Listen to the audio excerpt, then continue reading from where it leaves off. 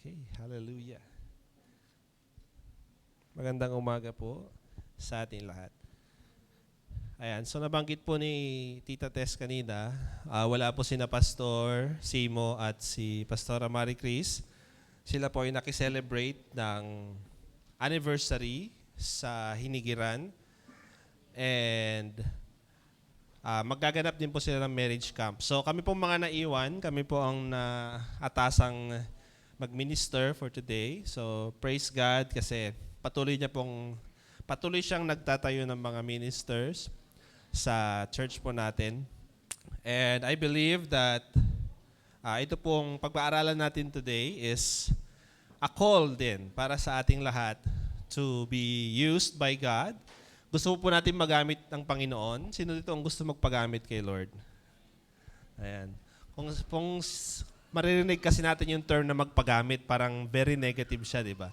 Pero kung ikaw ay gagamitin ng Panginoon, hindi siya gaya ng paggamit ng tao na you are taken advantage of, mauuwi ka lang na luhaan, ganyan. But when God uses you, there is great blessing. Sabi nga ni Tita Tess kanina, there is blessing in obedience. Naniniwala po ba tayo dito? Sabi mo nga sa katabi mo, there is blessing in your obedience. Yes, at hindi tayo pababayaan ng Panginoon. So, we continue to study about the oneness of the Holy Spirit. So last week, if we remember our topic na tinuro po ni Pastora Marie Chris, it's about the oneness of the Holy Spirit sa kanya pong mga church. Okay, so our topic today still talks about the oneness of this Holy Spirit. And this seems to be kung ano po yung mga topic na tinuturo ngayon sa Hong Kong, sa ating pong mother church, mukhang doon tayo papunta, leaning towards the oneness of the Holy Spirit.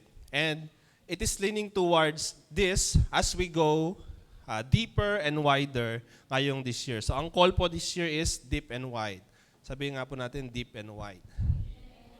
Mas malalim at mas malawak daw po na pag-ibig, na understanding, and everything. So as we go deeper sa deep and wide, mas leaning towards oneness of the Holy Spirit po tayo. So when we say oneness, what comes to our mind? Tanongin mo ngayong katabi mo, anong naisip mo kapag oneness? Okay, there is unity. Amen? So unity. Sino ang kailangan ng unity? Sabihin mo nga sa katabi mo, ikaw at ako. Tayong lahat na mga tinawag ng Panginoon, we as believers, we need the oneness of the Holy Spirit. Kung babasahin po natin ang Ephesians chapter 4, verse 2 hanggang 5, maaari po ba natin i-flash yun? Ephesians chapter 4, verse 2 hanggang 5, sabi po dito, be completely humble and gentle, be patient, bearing with one another in love. Verse 3, make every effort to keep the unity of the Spirit through the bond of peace. There is one body and one Spirit, just as you were called to one hope when you were called. One Lord, one faith, one baptism. So, pag sinabi po nating one body, ano pong ibig sabihin nun? Ito po yung isang body of Christ, the fellowship of believers. Ito po yung church natin. Amen? So, we are one body. And when we say one Spirit, this is the Holy Spirit who activates yung pong ating pong mga puso, who keeps our hearts on fire, who activates our fellowship. So kapag tayo po ay nagfe-fellowship, the eagerness to talk to other believers, ito po ay kagagawan ng Holy Spirit. Okay, sa puso po natin. Yung pong joy natin to fellowship with one another, to come to church, makipag-usap, okay, makipagkwentuhan sa mga believers, mag-testify. This is the one Spirit, the Holy Spirit who activates our fellowship. Another is one hope, sabi po doon. One hope is, meron po tayong iisang pag-asa sa puso natin. Ano po yung pag-asa? Ano po yung inaasahan natin? The glorious future to which we are called. Yung pagdating po ng ating Panginoong Jesus. Naniniwala po ba tayong darating ang Panginoon? Okay, He is coming sa second coming niya. And ito po yung pag-asa natin. Hindi lang po tayo Christian na wala lang. May inaantay po tayo. Okay? Sabihin mo nga sa katabi mo, may inaantay ka. ang pagdating ng Panginoon. Okay, hindi lang po tayo nabuhay tapos mamamatay, but we are waiting sa pagbabalik po ng Panginoon natin. And we have one Lord, that is Christ, to whom we all belong. We have one faith, our singular commitment to Christ, one baptism, okay, as a sign of our entry into the body of Christ. It is our public declaration po ng ating pong faith, ang ating baptism. And one God, who is God, our Father, who keeps us for eternity. So yun po yung oneness na tinatawag natin. There is one. Magkakaiba man po tayo ng pinanggalingan, different generation, ages na pinanggalingan, magkakaibang municipalities, magkakaibang lahi. Ayan, may mga Ilocano, may mga Itawes, Ibanag, ano pa po yung mga nandito? May mga taga-Cordillera, okay? But we are one. Okay, we are one because of the Holy Spirit who is one sa ating pong buhay. So, we must be united. Sabi po sa Ephesians. We must be united, and we can only do that if we are willing to be led by the Holy Spirit. Ang Holy Spirit po siya po yung nagli-lead sa atin. Pero ang tanong, are we willing na pangunahan o i-lead ng Panginoon, ng Holy Spirit? Tanongin mo ngayon katabi mo, are you willing? Kung meron tayong gustong puntahan, pag sinabi ng Holy Spirit, dito ka pupunta, dito ka dadaan. Pero Lord, gusto ko dito. Okay? So anong pipiliin mo? Okay, so isa lang pong example yon on how are we to assess our willingness to be led by God. Okay? So it is the Holy Spirit. It is the duty, one of the roles is to build unity sa atin pong mga believers. Yun po yung isang role ng Holy Spirit, to build unity for the believers. And He leads us, but we must be willing to be led. Okay? Especially ngayon pong mga panahong ito, ano po yung mga latest news sa atin? There is war still ongoing sa Middle East. At tumaas ng todo ang gasolina, okay, ang petroleum. So, kung papansin po natin, wala pong exempted, napakalayo ng gera, but makita natin yung effect, domino effect, papunta po sa atin. And siguro po, later on, magtataas din. Hindi po sa tinatakot ko kayo, pero sinasabi ko lang na may chance na tumaas din ang mga bilihin kasi sa pagtaas po ng gasolina, yung transportation, pamasahe, and everything, sunod-sunod po yan. It's a domino effect, sabi nga. So, what are we to do in this time of crisis? Okay? Willing pa rin po ba tayo makinig sa Panginoon o talagang, Lord, ako na lang to. Okay? Gagawan ko na lang ng paraan. Okay? So, in crucial times, how do we choose the right decision? Okay, tanongin mo yung katabi mo, how do you choose the right decision? Paano ba magdesisyon ngayon, Lord? Ano bang mga desisyon ang kailangan namin gawin? So, we do that. We choose the right decision by focusing on God and not ourselves.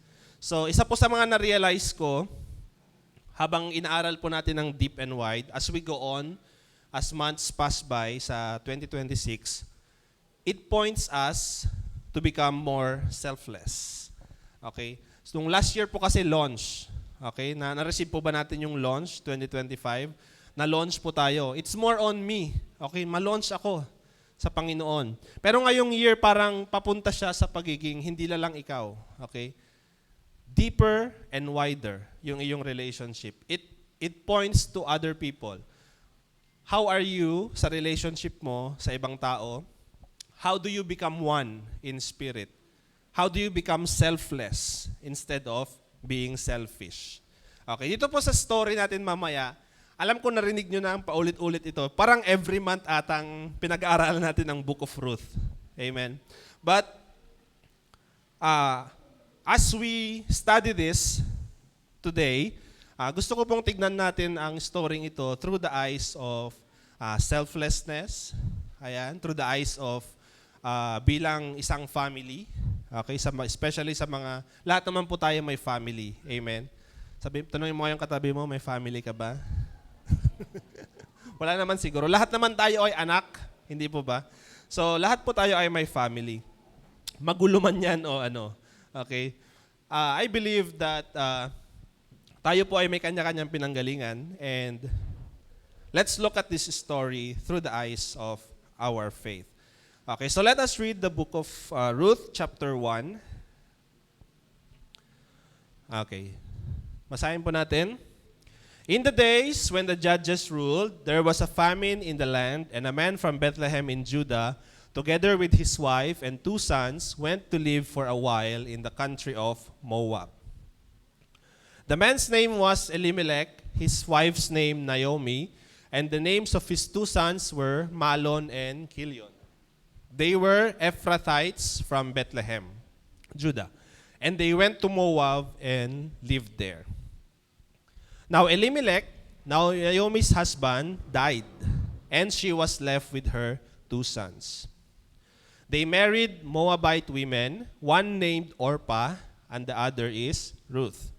After they had lived there about 10 years, verse 5, both Mahlon and Chilion also died, and Naomi was left without her 2 sons and her husband.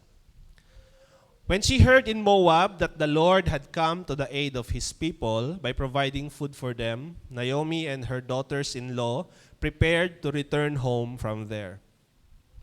With her 2 daughters-in-law, she left the place where she had been living and set out on the road that would take them back to the land of Judah. Then Naomi said to her 2 daughters-in-law, "Go back, each of you, to your mother's home. May the Lord show kindness to you as you have shown to your dead and to me. May the Lord grant that each of you will find rest in the home of another husband." Then she kissed them, and they wept aloud. Verse 10, and said to her, "We will go back with you to your people." Verse 11, but Naomi said, "Return home, my daughters. Why would you come with me? Am I going to have any more sons who could become your husbands?" Verse 12, "Return home, my daughters. I am too old to have another husband. Even if I thought there was still hope for me, even if I had a husband tonight and then gave birth to sons, would you wait until they grew up? Would you remain unmarried for them? No, my daughters. It is more bitter for me than for you, because the Lord's hand has gone out against me." 14, at this they wept again. Then Orpah kissed her mother-in-law goodbye, but Ruth clung to her. "Look," said Naomi, "your sister-in-law is going back to her people and her gods. Go back with her." 16, but Ruth replied, "Don't urge me to leave you or to turn back from you. Where you go, I will go, and where you stay, I will stay. Your people will be my people, and your God, my God. Where you die, I will die, and there I will be buried. May the Lord deal with me, be it ever so severely, if anything but death separates you and me." Let's pray. Father God, we thank you for gathering us today. We thank you for giving us the time, the rest, Panginoon. At maraming salamat, Panginoon, for bringing us safely in this place. We pray, God, that sa amin pong pag-aaral ngayong umaga, Lord God, ay mangusap ka sa bawat isa. May your Holy Spirit bring understanding, and may your Holy Spirit bring openness sa amin pong puso at isipan, na ang marireceive namin today, Lord, it will not be in vain, but it will return, Panginoon, it will bear fruit at magagamit, Panginoon, to glorify your name in the future. So, Lord God, we entrust to you amin pong pag-aaral ngayon. In Jesus' name. Amen. So, parang napurga na tayo sa Ruth. Amen. Sino po dito ang nakarinig ng word? Sa tingin ko si Pastor ata ang last na nagturo, last February. Okay, so it's about anong tawag doon? Being unequally yoked with unbeliever. Yun po yung focus ng teaching niya po noon. And today, our title is Build a Family of Oneness of the Holy Spirit. So we must build a family of oneness of the Holy Spirit. Sa story, meron pong isang family doon na kilalang-kilala na natin. This is the family of Elimelech and Naomi. Okay, ano po yung pangalan ng mga anak nila? Si Mahlon at si Chilion. Sila po ay from Judah, Bethlehem, Judah. Okay, so There was a great famine, sabi po doon. Pwede po ba natin i-display yung verse 1? Ayan. So sabi doon, in the days when the judges ruled. Okay, so konting background lang po, judges. Ang Book of Judges po is makikita sa Old Testament. Amen. Sino na po ang nakabasa ng Book of Judges? Okay, sa Book of Judges, andun po sina Deborah, sina Gideon, Samson and Delilah. Okay, andun po sila sa Book of Judges. And during those times, ito rin po yung time na timeline, okay, ka-generation po ni Ruth ang Book of Judges. And ano po ba ang sinasabi ng Bible when it comes to the year that the judges ruled? There was a famine in the land, sabi po doon. There was a famine in the land. Okay, famine in Judah is usually, ito po ay rason or effect ng lack of rain. Sabi nga po natin, lack of rain. Hindi umuulan sa Judah, sa Bethlehem. Okay? So, it is a country, makita po natin ngayon, even today, it is a country na maraming disyerto, it is a wilderness, maraming wilderness po doon. And kapag hindi po umulan sa lugar na ito, wala po talaga silang aanihin. Okay? Hindi gaya sa atin na may mga patubig, may mga ilog na mabilis mag-water pump ka lang, ganyan. So, may patubig. Pero doon po, kapag walang ulan, wala po silang produce for that certain season. So, famine in Judah is not just a physical problem, but also a spiritual problem. Okay? They are God's chosen people. Okay, hindi naman po lingid sa kaalaman natin that ang mga taga-Israel, sila po yung pinili ng Panginoon para i-declare ang pangalan niya to glorify Him sa buong mundo. So, the Lord is their provider. Amen? Si Lord po ang sumama sa kanila, nagpalaya sa kanila sa Egypt. Okay, sinamahan po ni na Moses, sinamahan niya si Moses, tapos napunta kay Joshua. Okay, and then yung Judges ang sumunod. And the Lord is their provider ever since. Even the rain, it is the Lord who provides. Sabi mo nga sa katabi mo, pati yung ulan, si Lord ang nagbibigay. Pero bakit hindi umuulan? Hindi na ba nagpro-provide si Lord? Okay, ano po kaya yung rason? Okay.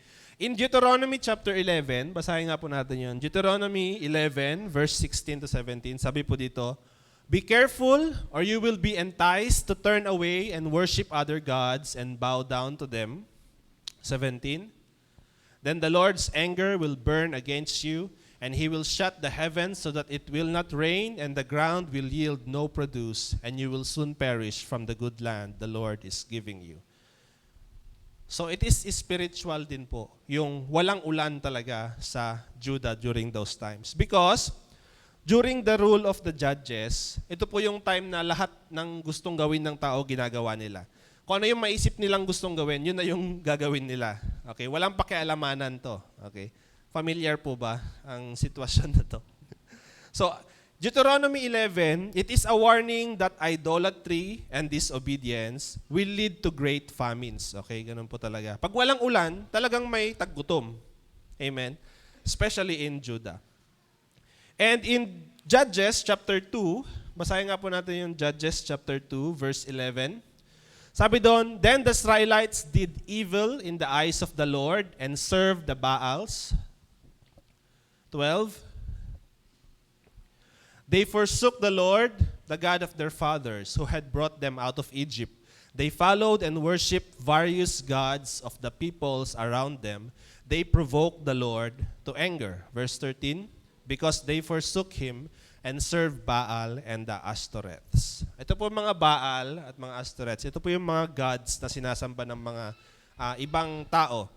And it is a god of fertility and I think produce. Ayan. So imbis na si Lord na ang sambahin nila, lumipat na sila sa other gods. Okay, nagkaroon sila ng maraming gods. And because of this, the people of God stopped worshiping Him. At nagalit ang Panginoon. At may warning po doon, there is, sabi nga, kung disobey mo lang kami, disobey mo lang ako, sabi ni Lord, i-withhold ko ang rain sa lugar ninyo. So, no worship, no rain. Parang ganoon po yung labas. And so, dito po sa kwento natin, balikan po natin yung verse 1 ng chapter 1 ng Ruth. There was a famine in the land. Makita na po natin yung situation. There was a famine. And si Elimelech, together with his wife and 2 sons, ano po yung decision nila? Umalis na lang tayo dito. Okay. Left Judah to go to Moab. Kung aralin po natin ito na siguro hindi mo pa siya naintindihan yung story, isipin mo, yung decision ni Elimelech is very simple lang naman, di ba? Parang leron-leron sinta. Kapos kapalaran, humanap ng iba. Parang ganon yung kanyang logic. Wala na tayong mapapala dito kasi taggutom na. So anong gagawin natin? Lumipat na lang tayo ng lugar. Okay, mag-migrate na lang tayo. His decision is simple. Wala tayong makain sa Bethlehem, doon na lang tayo sa Moab. Okay? Pero anong nangyari sa kanyang family? Tragedy. Imbis na strategy, is tragedy ang nangyari. It's tragedy. Tragedy struck their family.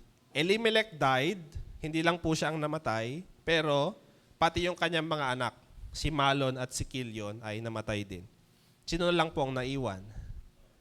Si Naomi, tsaka yung mga manugang niya, yung 2 manugang niya.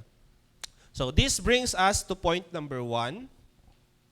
Selfishness and disobedience brings destruction in the family. Selfishness and disobedience brings destruction in the family.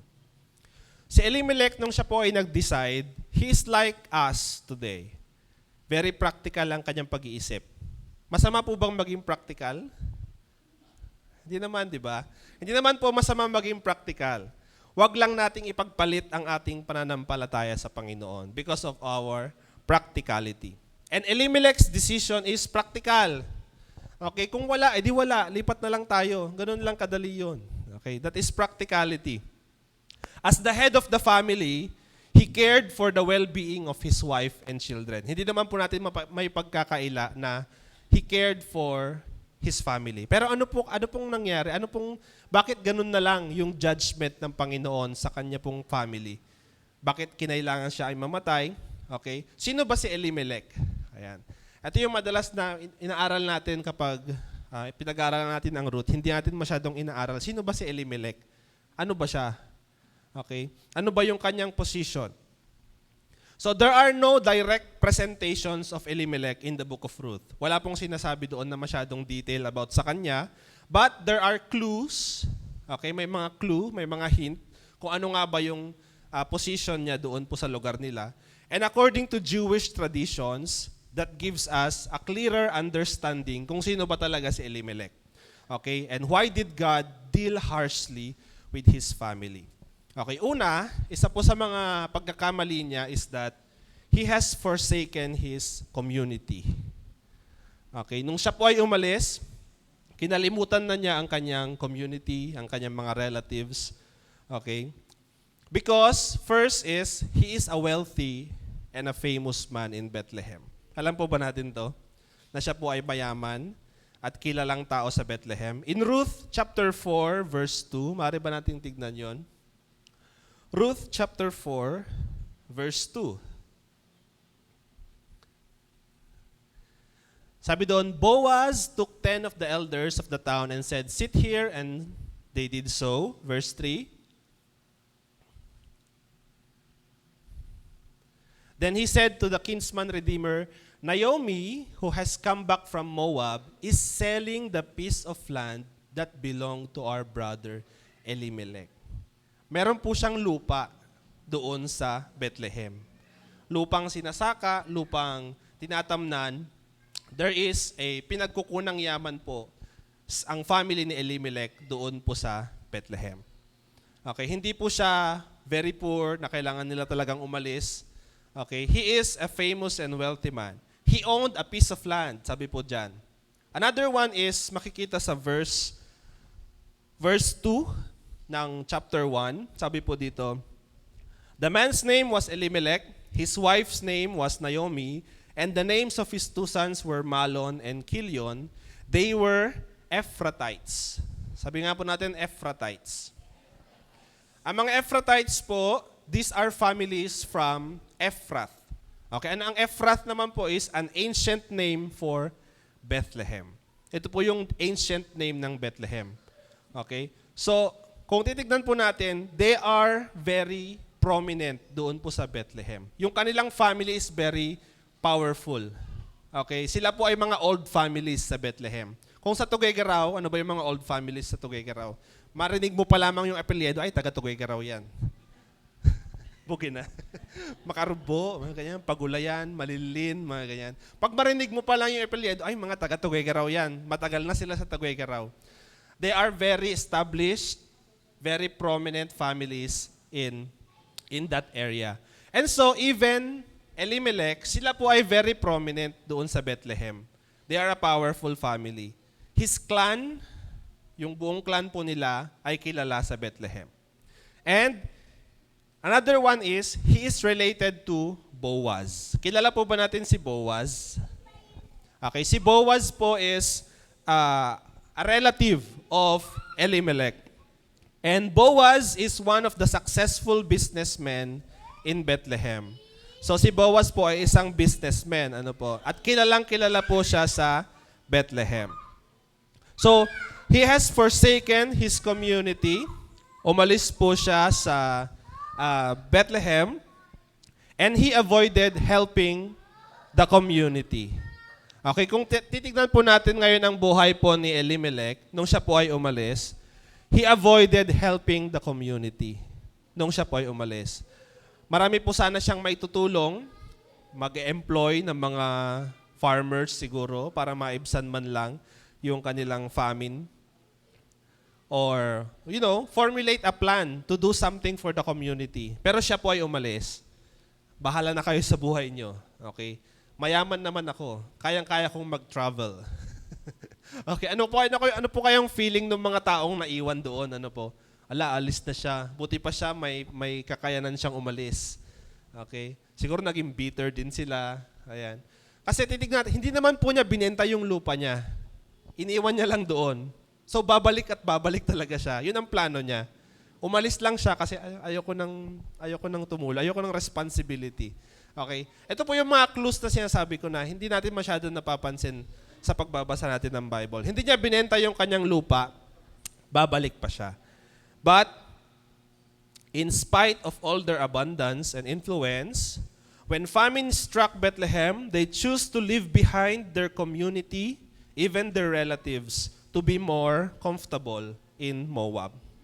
Alis na tayo dito, wag nga. Hayaan mo na sila. Hayaan mo na sila. Doon na lang tayo sa Moab, mas komportable doon. Okay? So he has forsaken his community.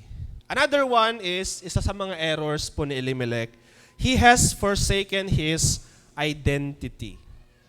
Ang ibig sabihin po ng Elimelech is, God is my king. Sabihin nga po natin, God is my king. Yun po yung meaning ng pangalan niya, Elimelech. But, napaka-ironic lang, nung pagdating nung famine, he relied on his own wisdom, not on God. God is my king, pero I am my own boss. Parang ganun yung kanyang naging decision. He decided based on practicality, not on faith. He chose to flee than to worship God. Ano po ba yung pagkukulang ng mga taga-Israel? Hindi sila nagwo-worship sa Panginoon para umulan sana. Imbis na mag-worship sila, alis na lang siya. Okay, so he has forsaken his identity. And last one is, he has forsaken his destiny. Okay, yung kanyang destiny, yung calling niya, okay, blines siya ng Panginoon ng todo-todo. Alam mo yun? Yung family niya naging prominent in that place. Pero yung destiny niya, yung kanyang calling sana na maging selfless at magbigay din sa community, hindi niya po ginawa. Instead, he left, pumunta siya sa Moab, kung saan talamak ang idolatry, kung saan hindi po doon ang presence ng Panginoon, doon po siya pumunta. Okay, tanongin mo ayong katabi mo, saan ka ba pupunta?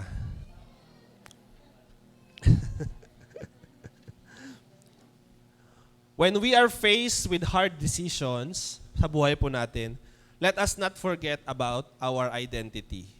Amen. Huwag mong kakalimutan yung iyong identity. Hindi lang po tayo simpleng husband, hindi lang po tayo simpleng tatay, nanay, anak, but we are also God's people. Okay, we are Christians. Kung sa tawagin ngayong generation na to, we are Christians. When we make decisions, even po sa mga marketplace, sa mga workplace po natin, it is our right. Sabihin po natin isa kang teacher, it is my right to do this. It is my right decision. Pero, is it aligned with the will of God? Okay? Under pa rin ba tayo ng will ng Panginoon? It is my right as a student na ganito ang mangyari. Okay? But is it under the will of God pa rin? So let us not forget our identity kapag tayo po ay we make decisions. Hard, especially hard decisions. Sabi ko nga, time of crisis na. There will be hard decisions in the future. Let us not only consider yung pansarili natin. Okay, let us not forget about God.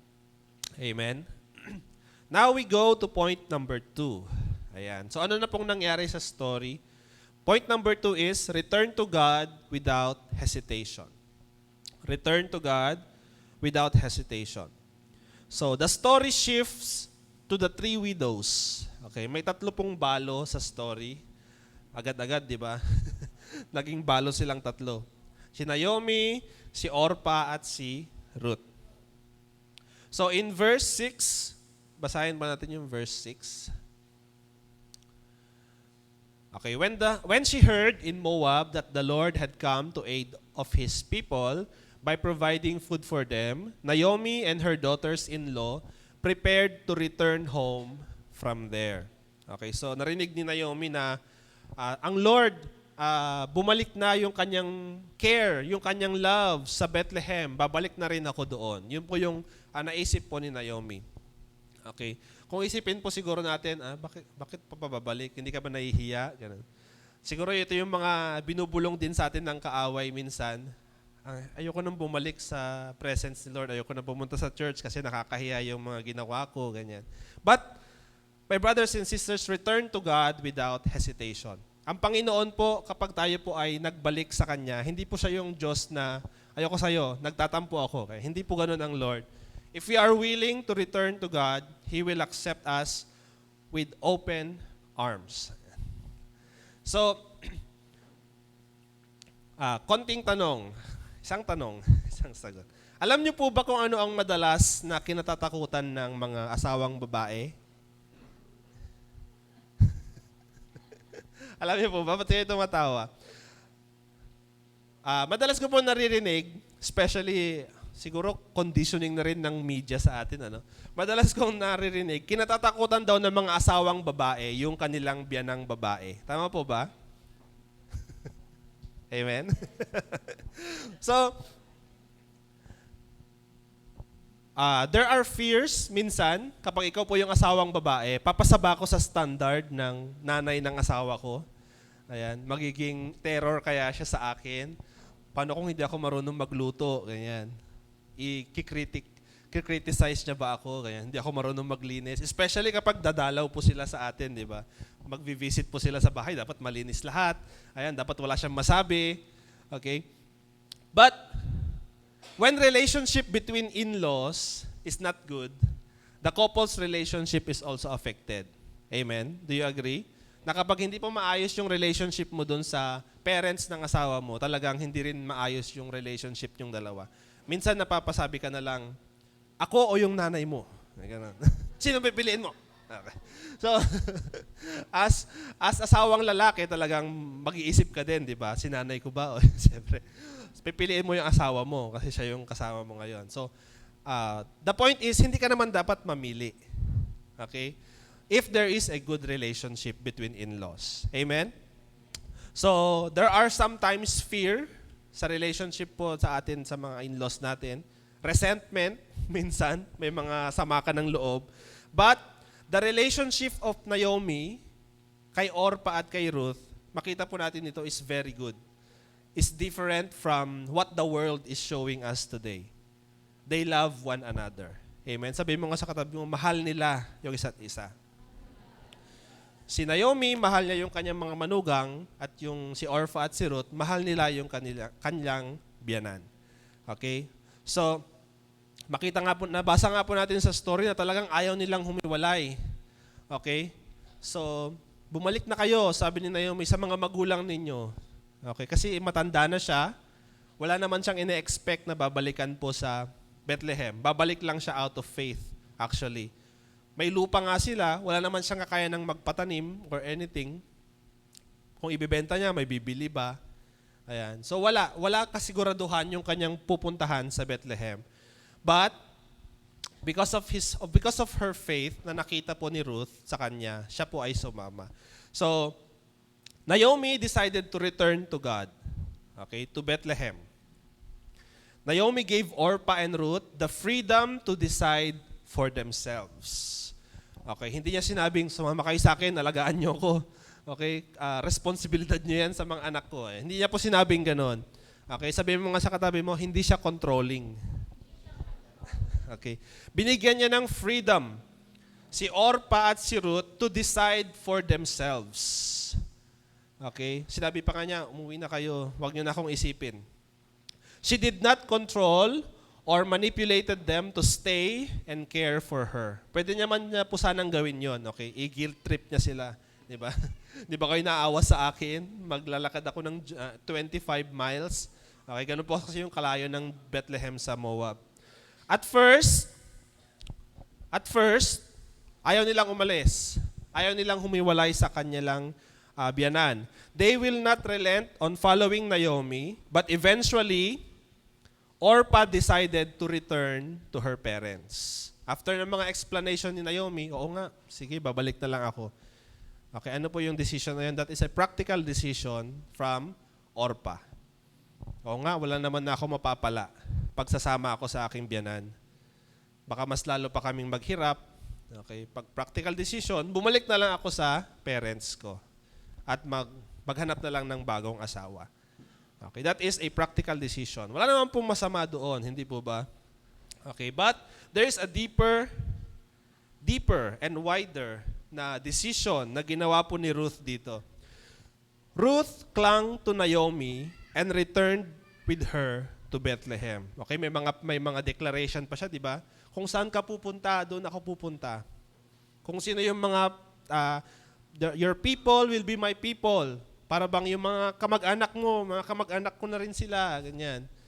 Your God will be my God, sabi niya po doon. Ito po siguro yung pinaka-powerful sa lahat. Because Moab they have many gods. Merong God ng fertility, may God of rain, may God of, ang dami po nilang gods. But she is willing to give up all of those gods para po sa God ni Naomi. Your God will be my God. May mga magsabi na po ba sa atin ng ganyan? Mahal na mahal kita. Sasama ako sa iyo. Yung Diyos mo, Diyos ko na din. Ganun. Okay? So, my God will be my God. Your God will be my God. So, it is a radical decision. Hindi po siya very common, hindi po siya very popular, but it is a decision based on faith ni Ruth. Ruth wants to be with Naomi kasi mahal niya nga si Naomi. Tsaka nakita niya very old na siya. Ano na lang mangyayari sa kanya? Okay? Naomi wants to care for her. Ruth wants to care for her in her old age. Kaya po ba natin yon, yung mag-sacrifice ka para maalagaan yung isang taong mahal na mahal mo? It is a deep and wide love. A deep and wide love na na-realize ko po habang inaaral ko ito, it is a selfless love. Sabi mo nga sa katabi mo, selfless love. Alam mo yun, yung kaya mong i-sacrifice yung kaligayahan mo just to care for that person. Just to show your love for that person. And God honors the faith of Ruth. Nung sila po ay dumating na sa Bethlehem. Okay? So, ito po siguro yung madalas na nakakat na yung story. Nung bumalik na sila, di happy-happy na sila. Ganun. Pero marami pa pong nangyari. Ano po yung mga nangyari nung sila ay nakauwi na? They arrived and the whole town was stirred. Sabi po doon. Basahin nga po natin ang verse 19 to 22 ng chapter 1.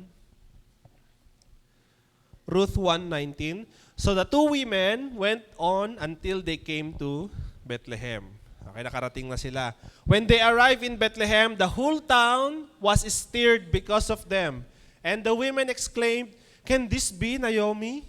Very famous talaga tong family na to, di ba? Nagkagulo ang buong town. Imagine kung darating ka sa Tuguegarao, magkakagulo ang buong Tuguegarao. Sino tong artistang ito? Ganun po yung, parang ganun po yung nangyari dito. So makita po natin, very famous talaga si Elimelech, the family of Elimelech in this place. They are stirred. Can this be Naomi? Yung iniwan tayo nung family. Siya na ba yan? Ganun. Alam mo yan. Sabi niya sa verse 20, "Don't call me Naomi," she told them. "Call me Mara, because the Almighty has made my life very bitter." Ayan, may pa-change name pa si Ate Naomi. Hindi na ako si Naomi. Ako na si Mara. "Because the Lord God has dealt upon me," sabi niya, dealt very bitterly. The Lord has made my life very bitter. Ang ibig sabihin po kasi ng Mara is bitterness. Bitter. Okay? Ang Naomi is pleasantness, delight. Ito po yung ibig sabihin ng Naomi. Pero sabi niya, wag na, hindi na ako pleasant, hindi na ako delight. Ako na ay bitter. Okay? Kasi namatay na yung asawa ko, namatay na yung mga anak ko. And then in verse 21, "I went away full, but the Lord has brought me back empty. Why call me Naomi? The Lord has afflicted me. The Almighty has brought misfortune upon me." Di ba talagang ma-feel mo yung bitterness sa kanyang mga salita? Ramdam na ramdam mo talaga. Sumunod lang naman siya sa asawa niya. She has been a very good wife to her husband. Pero yun nga po yung nangyari. The good thing is that she acknowledged that it is the judgment of God. She acknowledged na may ginawa silang mali. Okay, that's why God has afflicted them with this bitterness sa buhay niya. So Naomi acknowledged and accepted the judgment of God upon her family. Naomi left Bethlehem, married, mother of 2 sons, and secure. Okay, ito po, kasal po siya, may asawa siya, may mga anak siya, secured siya, full. Sabi niya po doon, "I left Bethlehem full, but returned empty." Nung dumating na siya na ay widowed, childless, and poor. Lahat po ng mga meron siya during those times na wala lahat. And this is like the story of the prodigal son. Maalala niyo po yung prodigal son? Punong-puno siya nung umalis siya, pero nung dumating siya, walang-wala na siya. Isn't this our story sa pagbabalik natin sa Panginoon? We have so much, tapos ginastos lang natin ang lakas natin, ang pera natin sa lahat, sa mga bagay sa mundo. But when we approach God, we realize our emptiness. Amen? Na lahat pala ng mga ginagawa ko is all in vain without God. And so, Naomi became very bitter. In her bitterness, ang masama doon, she lost sight of the resources na meron siya. Ano yung resources na meron siya ngayon? Si Ruth. Okay. Walang-wala na ako. Tapos andun si Ruth. Hello, andito ako. Andun si Ruth. Kasama niya si Ruth. Hindi pinabayaan ng Panginoon si Naomi. Hindi siya nag-iisa. Sabi mo nga sa katabi mo, hindi siya nag-iisa. She is not really very empty. Meron at merong bibigay ang Panginoon sa kanya, and that is Ruth. And the lesson na gusto ko pong ma-receive natin dito is, do not let bitterness and disappointment blind us of our opportunities. Amen? Yung nagtampo ka na lang, wala nang magandang mangyayari sa buhay ko. Pero let us not be locked in our bitterness and disappointments. Amen? May pag-asa. Meron at merong pag-asa. But just return to God without hesitation. Huwag na tayong magdalawang isip na tatanggapin ba ako ni Lord. Yung mga tao sa church, very judgmental sila yan. Joke lang. So wag po tayong ganon. Okay. So, return to God without hesitation. At siya ang magbabalik sa'yo ng lahat ng mga nawala. At times 2, times 10 pa. Amen. That brings us to point number 3. God bestows great blessing to the family. Ito na.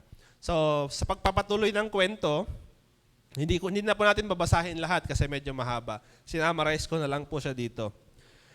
In verse 1 of chapter 2, pwede mo ba natin basahin yon? Ito na po yung nangyari pagkatapos silang dumating sa Bethlehem. Ito po yung madalas natin alam, ano na ba yung nangyari sa buhay nila.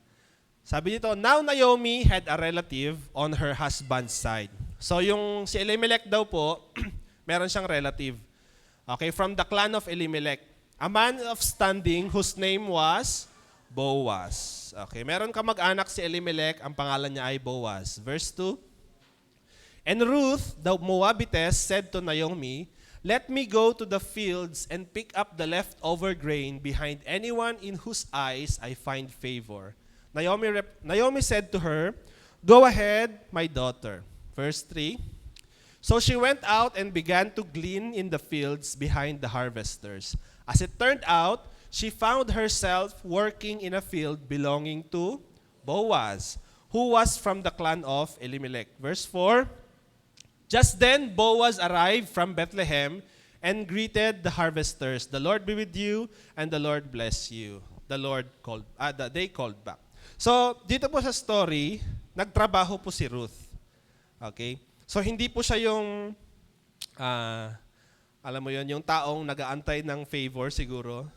Naomi, ano nang gagawin natin? Wala tayong pera, wala tayong ganito. Paano tayo kakain? So, hindi po siya ganon. Nag-initiate po siyang magtrabaho.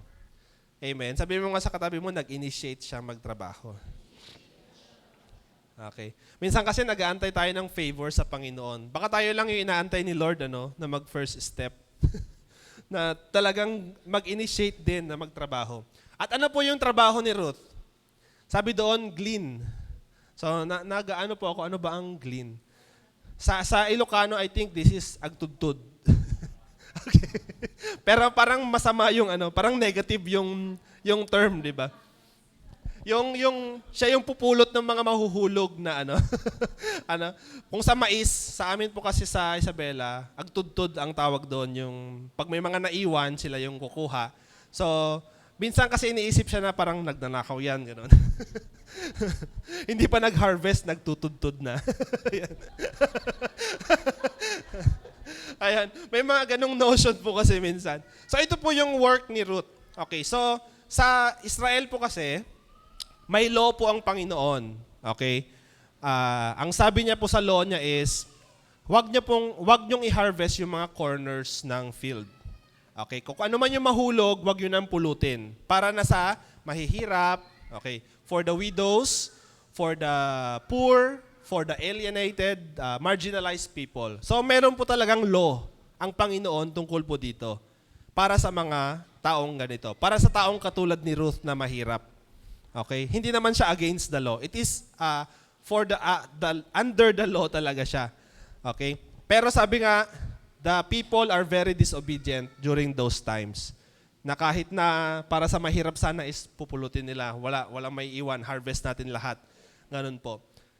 Talagang biyaya na lang ng Panginoon kung saan siya napunta sa field ni Boaz. Ayan. Ito na yung love story nila.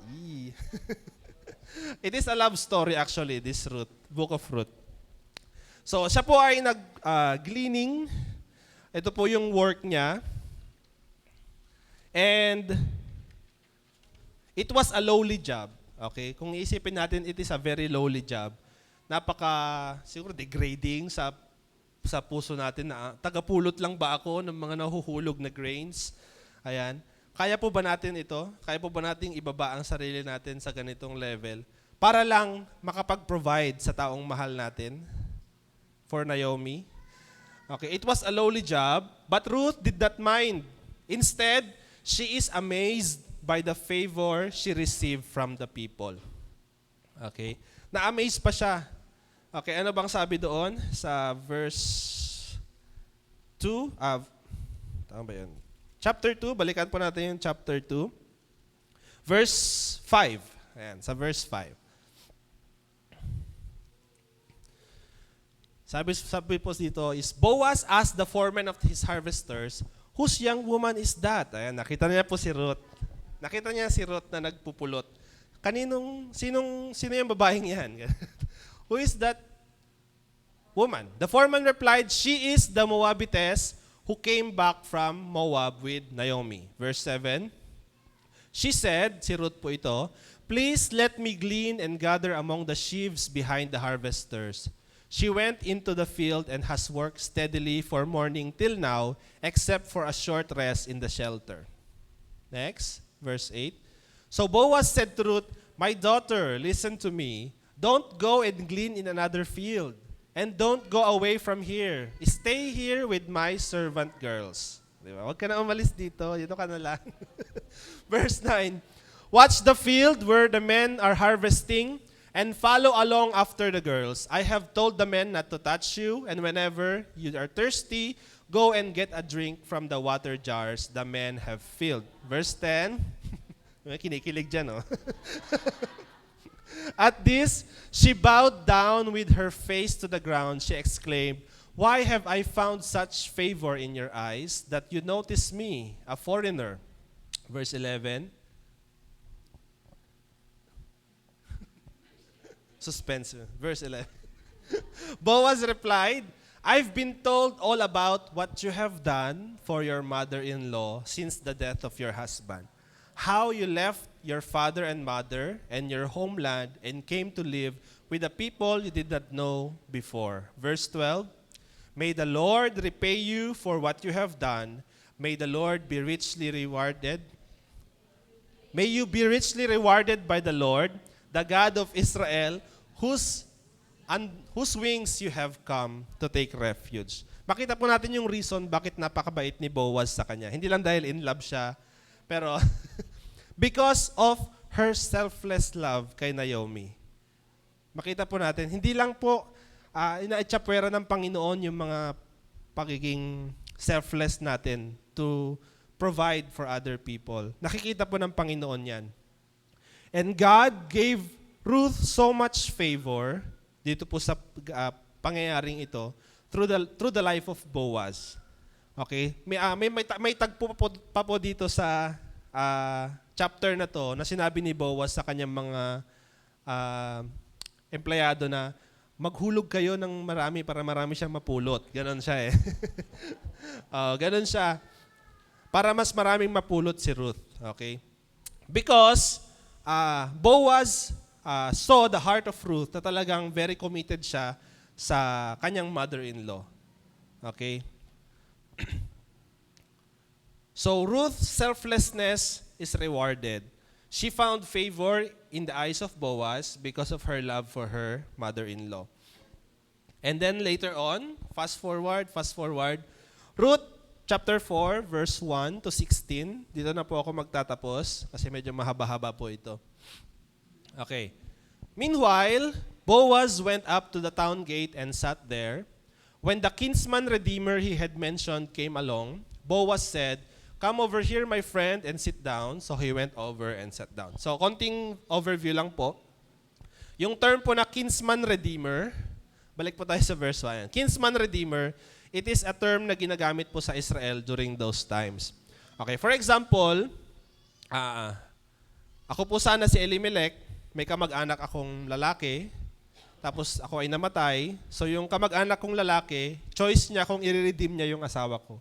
Kung bibilhin niya yung lupa at kakasalan niya yung asawa ko. Ganon. I-redeem niya kasi naging widow siya. Okay? So, si Boaz is a kinsman redeemer. Kamag-anak po siya ni Elimelech. Pero hindi siya yung next in line. Okay? Merong mas malapit. Okay? Kumbaga, may pinsan na mas malapit. Okay? So, sabi niya doon sa kinsman redeemer, halika, mag-usap tayo. Okay? So, may internal arrangement siguro. Hindi, public pala do. Come over, my friend. Sit down. So, he went over and sat down. Verse 2. Boaz took 10 of the elders, of the town and said, sit here, and they did so. Verse 3. Then he said to the kinsman redeemer, Naomi, who has come back from Moab, is selling the piece of land that belonged to our brother Elimelech. Verse 4. Oh, haba. I thought I should bring the matter to your attention and suggest that you buy it in the presence of the seated here and in the presence of the elders of my people. If you will redeem it, do so. But if you will not, tell me so I will know. For no one has the right to do it except you, and I am next in line. I will redeem it, he said. O sila, i-redeem daw niya, sabi nung isa. I will redeem it. Then Boaz said, on the day you buy the land from Naomi and from Ruth the Moabitess, you acquire the dead man's widow in order to maintain the name of the dead with his property. Verse 6, at this the kinsman redeemer said, then I cannot redeem it, because I might endanger my own state. You redeem it yourself. I cannot do it. 7. Now in earlier times in Israel, for the redemption and transfer of property to become final, one party took off his sandal and gave it to the other. This was the method of legalizing transactions in Israel. Bibigay mo yung sandal mo. Ayan, para maging legal yung transaction. Verse 8. So the kinsman redeemer said to Boaz, buy it yourself. And he removed his sandal. Verse 9. Then Boaz announced to the elders and to all the people, today you are witnesses that I have bought from Naomi all the property of Elimelech, Kilion, and Malon. Verse 10. I have also acquired Ruth the Moabitess, Malon's widow, as my wife, in order to maintain the name of the dead with his property, so that his name will not disappear from among his family or from the town records. Today, you are witnesses. Amen. So, niredeem po ni Boaz si Ruth. Even Naomi in extension. Okay? Pati po si Naomi, hindi na po siya balo na lang. Nagkaroon pa siya ng in-law, another in-law, which is Boaz. And later on sa story,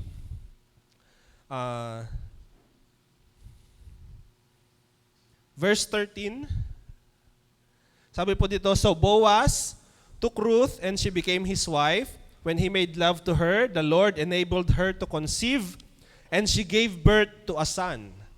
The woman said to Naomi, ano pong sabi ng mga kababaihan kay Naomi? Praise be to the Lord, who this day has not left you without a guardian redeemer. May he become famous throughout Israel. He will renew your life and sustain you in your old age. For your daughter-in-law who loves you and who is better to you than 7 sons has given him birth. Mas grabe pa yung si Ruth dito. Mas better daw si Ruth kaysa sa 7 sons. Okay, kasi ganun na lang yung pagmamahal niya kay Naomi. Verse 16, then Naomi took the child, laid him in her lap, and cared for him. Isa na po siyang lola. Then the woman living there, verse 17, said to Naomi, Naomi has a son. Diba? Grandson. Son pa rin. And they named him Obed. He was the father of Jesse, the father of David. Sino po si David? Siya po yung naging pangalawang hari ng Israel. Diba? Great blessings ang nag-flow po sa kanilang family. Doon po sa sipag, tiyaga, alam mo yun, yung faith ni Ruth na to care for Naomi. They built a family na talagang very powerful. And sa mga susunod pang mga generations, hanggang sa pinanganak na po si Jesus, it is the line of David. Okay, it is the line of Jesse, Obed, Ruth. Di ba nasama si Ruth na taga Moab? Hindi naman siya taga Israel, di ba? She is, kung baga tawagin natin, unbeliever. She is an unbeliever, but because of her commitment to the Lord, naging part po siya ng plano ng Panginoon. Siya po ay nagamit ng Panginoon for His glory. At dumating nga po si Jesus. Amen. So, tanong ko ulit, sinong gustong magpagamit sa Panginoon? Siguro hindi naman tayo kagaya ni Ruth na, alam mo yon, namatayan ng asawa at lahat-lahat. But God uses us according to the calling na pagkakatawag po natin sa Panginoon. So, Naomi gains a grandson. Ruth gains a husband and a son. Their family is blessed by God, even more so to the succeeding generations. Amen. Gusto po ba natin to sa ating family? Mablessed to the third, to the fourth, hanggang sa mga susunod pang generations ay mablessed ng Panginoon. So last year, Mag-testify na po ako. Okay, so short testimony. Hindi, medyo mahaba pala to.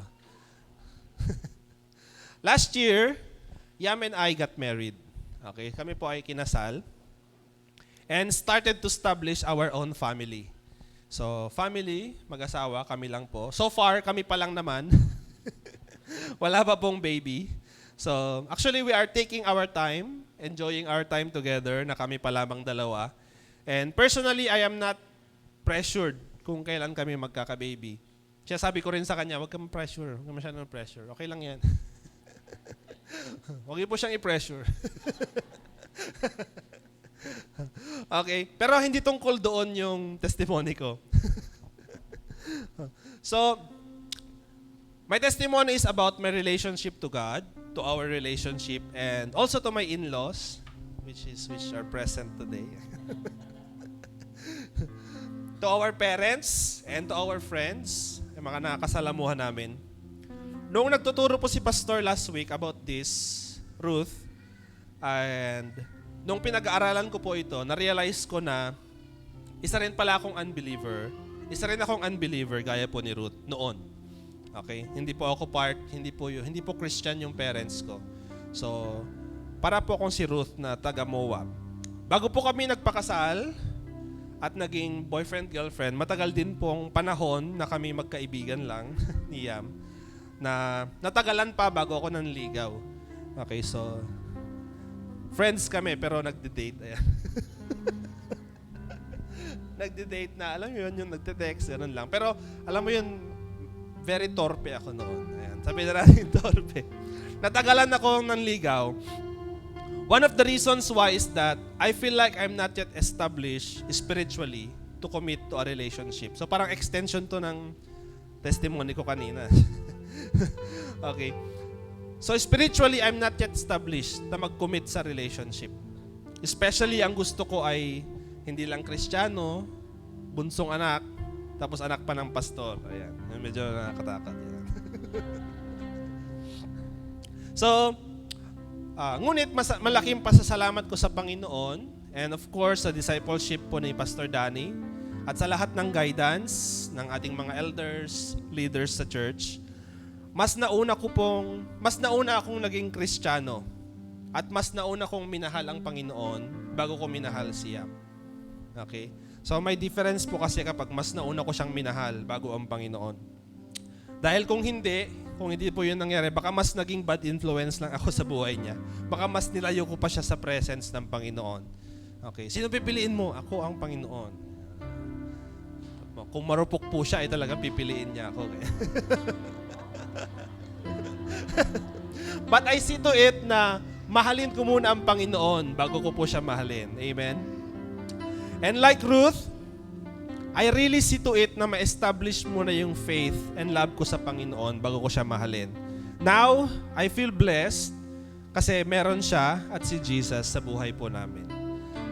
So, blessed din po ako sa pagkakatanggap sa akin ng family ni Yam, especially kay Papa Oscar, kay Simo Rachel, sa mga kapatid, tito at tita. Kasi sino ba naman ako para yung katanggap-tanggap ba ako?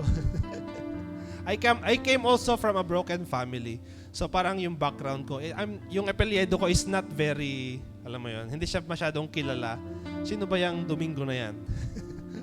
Taga-Tuwikaraw ba yan? Taga-Isabela po kasi ako. So, there is no, anong tawag doon? Walang backup, walang backer. Kumbaga. Hindi siya powerful, hindi siya kilalang pangalan. Okay? So, sino ba ako para makatanggap ng favor? But I believe that it is all a great favor na nanggagaling din sa Panginoon. Isa po sa maalala kong bilin sa akin ni Pastor Danny, mahalin mo ang mga taong mahal ng mahal mo. Sabi niya. So mahalin ko daw yung mga taong mahal niya. Hindi lang siya yung mamahalin ko. Tanggapin mo yung buong siya. Yung family niya, yung mga relatives niya, yung mga churchmates niya. So lahat, I learned to love her family at alam kong ganun din po siya sa family ko. How she cares sa aking mga pamangkin, sa good relationship niya kay mama ko. Parang siya na nga po yung anak eh. Hindi na ako yung anak ng mama ko. Okay. So, now as we as a married couple, we are blessed dahil nagagamit po kami sa kingdom ng Panginoon. Ito po yung talagang pinagpapasalamat ko sa Panginoon, sa ministry, discipleship, most especially doon po. At ngayon, wala po sina pastor. Kami po yung inatasan na mag-minister. The trust that they gave to us ay nakaka-bless din po talaga. Na kaya po nilang sabihin na kayo nang bahala sa Sunday service. Nakailang text na si Pastor Dan. Parang araw-araw po siya nagte-text. Kayo nang bahala sa Sunday service. Ayan. So, yung trust din po talaga, sabi nga sa core values natin, more love, more trust. Amen. And the trust that they gave to us ay nakaka-bless. And it is not about us. It's not about our talents. Not about of our it's not about our wealth or our anything. It's not about us. But because of God who sustains us with love and grace. Sabi ko nga po kanina sa Sprout course, we are imperfect. Made perfect together by God's love. So, as individuals, we are imperfect. Wala po kaming masyadong magagawa. But together, with God's love, ay marami po kaming ma-achieve. So lahat po tayo ay tinawag ng Panginoon. Hindi lang po kami. Okay? Lahat po tayo. Sabi mo nga sa katabi mo, pati ikaw, tinawag ng Panginoon. Gusto ka rin gamitin ng Panginoon. At lahat po tayo ay tinawag niya sa ating kanya-kanyang pagkakatawag. When we take the first step and respond to His call, kayang-kaya niya po tayong i-promote at i-bless. At gagamitin po tayo ng Panginoon to display His glory. Sana po ito yung pangarapin po natin, especially these times na talagang very hard sa ating economy. Pangarapin po natin na gamitin po tayo ng Panginoon to display His glory at magamit sa Kanyang kingdom. If this is your vision for yourself or for your family, I want you to stand na magamit ng Panginoon. Gusto po ba natin ito? I want you to stand. And let us ask God to give us a pure and clean heart. Kasi doon po nagsisimula yung lahat. Yung willingness mo to commit to God. Yung willingness ni Ruth, parang yung willingness ni Ruth na I will follow you. Your God will be my God. Because when God sees your intentions and your desire to be used and glorify His name, i-honor po ng Panginoon ang puso nating ito. So today, I want you to talk to God. And I want you to commit to God. I want you to ask God today to give us a heart na siya ang gusto nating sundin. Isang pusong dalisay na ang gustong sundin ay ang will ng Panginoon. So as we sing this song, I want you to sing it a love song to our God today. Isang pusong dalisay. Hallelujah.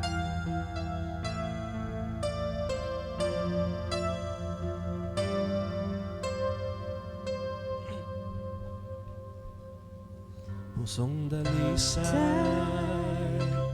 ang aking nais. Nalikhain mo, O Diyos. Nalikhain mo, O Diyos, para sa akin. Pusong dalisay. Pusong dalisay ang aking nais.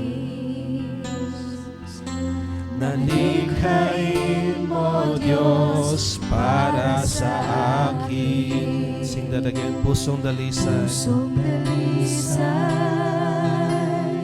ang Aking nais. Nalikhain mo, Diyos. nalikhain mo, Diyos, Para sa akin. Pusong dalisay ang aking nais. Nalikhain mo, Diyos, para sa akin. Isang pusong tapat na sa'yo'y nagmamahal. Isang pusong sa'yo'y walang alinlangan. Isang pusong tinitibok na ikaw ay parang ngalan. Handog ko'y pagpupuri pagpupuri sa'yo lamang, Jesus. Sing that again. Isang pusong tapat na sa'yo'y nagmamahal. Isang pusong sa'yo'y walang alinlangan. Isang pusong itinitibok na ikaw ay parangalan. Handog ko'y pagpupuri sa'yo lamang, Jesus. Yes, Lord. Ito ang aming dalangin, Lord. Ang isang pusong dalisay, Lord God, na nagmamahal sa'yo, that will commit to you, Panginoon, that will respond to you whenever you call to us. Sa tuwing, Panginoon, may mga pagkakataon, Lord, na kami po ay gagamitin mo for your kingdom. We pray, Lord, for a heart that listens to your word, a heart that commits to you and follows you. And now today, my brothers and sisters, I want to make this call to be with your family. Kung kasama mo siya ngayon, this day, I want you to be with your family. And I want you to pray with your family today. Come on. I want you to ask for the oneness of the Holy Spirit to be in each member of your family today. Especially, this call is for the fathers, the husbands. Kayo po yung head ng family. It is your responsibility to lead your family to God. Let us not be like Elimelech na inilayo niya ang kanyang family sa Panginoon. But I want you na ikaw ang maglapit sa iyong family sa Panginoon. Parents, pray for each other. Pray for your children. Children, pray for your parents. And may there be oneness of the Spirit sa inyo pong family. Because I believe God wants to build your family. God wants to establish your family, not just in this generation, but to all the generations to come. He wants to bless you. He wants to bless you. Yes, come on, just pray with your families today. Hallelujah. Isang pusong sa'yo'y walang alinlangan. Isang pusong itinitibok na ika'y parangalan. Handog ko'y pagpupuri sa'yo lamang, Jesus. Isang pusong tapat na sa'yo'y nagmamahal. Isang pusong sa'yo Walang alinlangan. Oh, Jesus. Isang pusong itinitibok na ikaw ay parangalan. Handog ko'y pagpupuri sa'yo lamang, Jesus. Yes, Lord. Listen to the prayers of your people now, Jesus. Bless every family, so God. Just continue praying for your family. Continue to receive from God today. May there be oneness of the Holy Spirit, Lord God, to be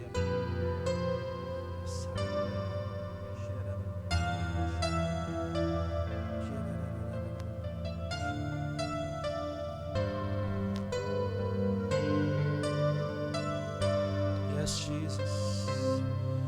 May you turn the hearts of the parents to their children, O God, and the hearts of the children to their parents, Lord God. May you bless every families, Lord, na nandito, Jesus. Oh, Jesus.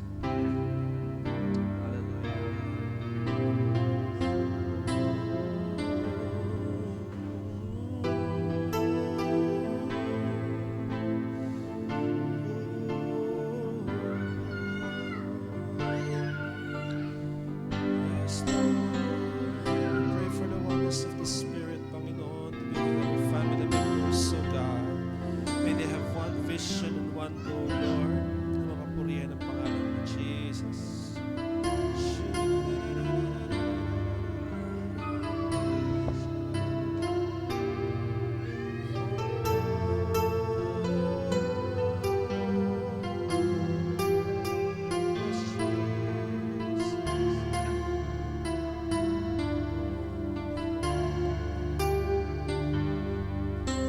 Yes, Jesus. Lord God, today I pray for every families gathered here today. Maging sa mga anak, Panginoon, narito, malayo man ang kanila pong mga parents, Lord God. I pray that you extend your blessing to all their parents, sa kanila pong mga members of the family na malayo sa kanila.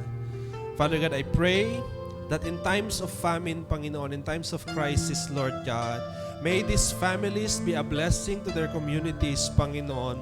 Pagpalain mo po ang mga families na to, Lord, na hindi lang po sila, Lord God, ang mapagpala, maging ang mga taong malapit sa kanila, their relatives, their friends, their neighbors, Panginoon, ay ma-blessed, Panginoon, at tatawag sa iyo, Lord God, through their family.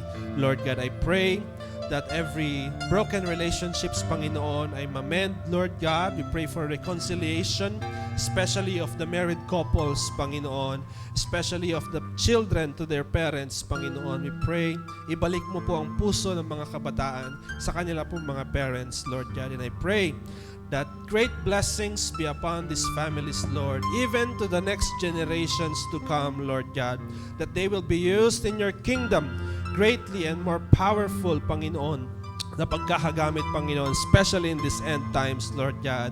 So now, Lord, I pray, may your blessing and abundance, Panginoon, shower them. Continue to provide for them, Lord. Show them the extraordinary provision that only you can provide in this time of famine, Lord God. We pray, Lord, hindi kami mawawalan, Lord God, ng gagamitin namin sa pang-araw-araw because, Lord, you are an unlimited God. You are a God that is great and powerful. At sa iyong mga kamay, Lord, you have everything under your hands, Panginoon. Lahat po ng mga nangyayari sa mundo ay kalooban mo, Panginoon. And so, Lord, today we surrender our lives, our families to you. And Father God, we trust in you. We trust in you. Meron po bang first time sa ating pong kalagitnaan na first time nag-attend? I want you to come forward so that we can pray for you. Meron po ba? Ay, wag na po kayong mahiya. Pwede po bang samahan natin sila?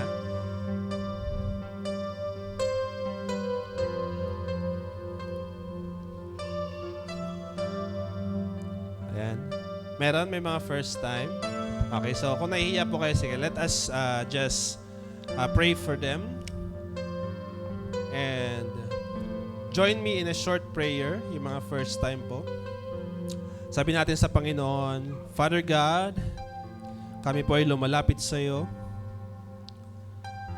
We humble ourselves to you.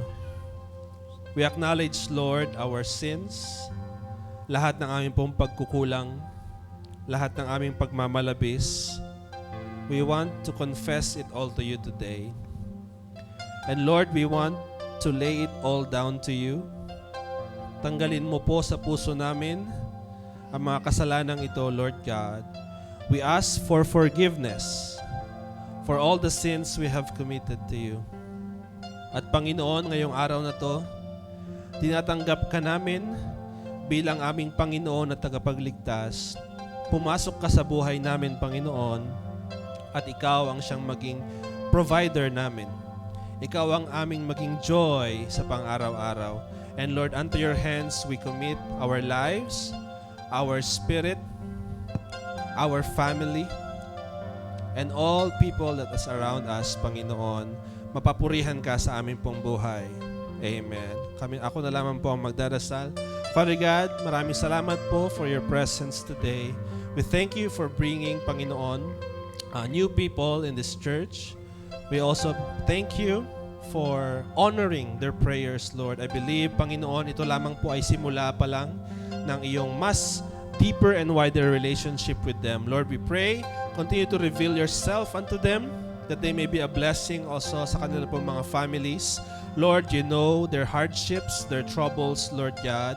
maging sa school man yan, sa workplace man yan, Panginoon, you see them and you hear their prayers, Panginoon. So Lord, I pray na maging po sa amin pong paghihiwa-hiwalay ngayong araw na to, Lord. Continue to be with us. Selyuhan mo, Lord, ang na-receive namin pong word today na hindi po maagaw o matangay ng kaaway lang, Panginoon. And may we really apply this word na amin pong na-receive ngayon to our lives, Lord. We desire for a oneness in spirit sa amin pong family to raise up Christian families, Panginoon, in this generation. A generation tree of life, Panginoon, in these times, Lord. And so, Lord, we entrust to you lahat po ng mga gagawin pa namin this day. Mapapurihan ka, mag-glorify ka, Lord. All victory, all praises and honor and glory belongs to you. This all we pray in Jesus' name. Amen and amen. Hallelujah. Makita-kita po tayo muli next Sunday. God bless you po.